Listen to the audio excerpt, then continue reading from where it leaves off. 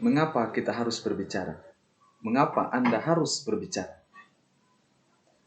Pada kesempatan ini saya Kai Iken Resi, penulis buku Speak to Inspire, Kiat Sukses Berbicara di Hadapan Orang Banyak, akan memberikan kepada Anda beberapa alasan mengapa kita harus berbicara.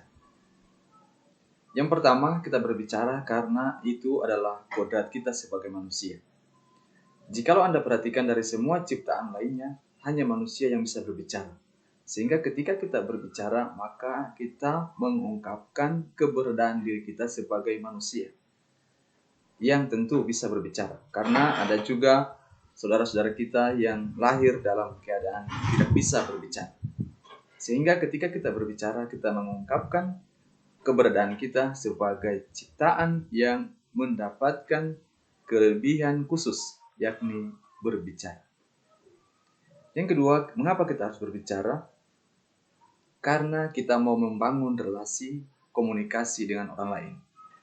Kita berbicara karena kita mau mengungkapkan perasaan kita, mengungkapkan isi hati kita agar bisa dimengerti dan juga bisa dikenal oleh orang lain. Melalui berbicara, kita mau memberikan pemahaman, memberikan pengertian tentang apa yang kita rasakan, apa yang kita pikirkan, dan apa yang kita alami. Sehingga berbicara dalam hal ini adalah sebagai bentuk ekspresi diri, juga sebagai bentuk untuk membangun komunikasi dengan sesama manusia yang bisa berbicara. Lalu yang ketiga, mengapa kita harus berbicara adalah karena kita mau berkontribusi. Berbicara berarti kita mau memberikan sesuatu kepada orang lain.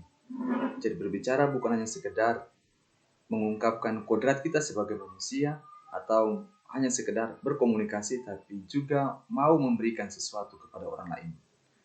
Makanya kita sering mendengar istilah presentasi.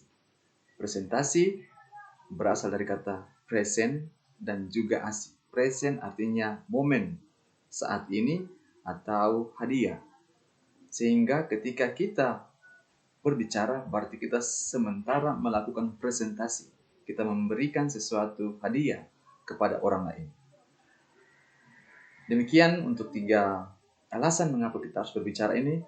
Semoga kita semua mendapat pemahaman yang baru bahwa ternyata berbicara bukan hanya sekedar mengungkapkan perasaan, sekedar mengungkapkan keberadaan diri kita, tapi juga berbicara memiliki manfaat yang jauh lebih besar, yakni memberikan kontribusi bagi orang lain.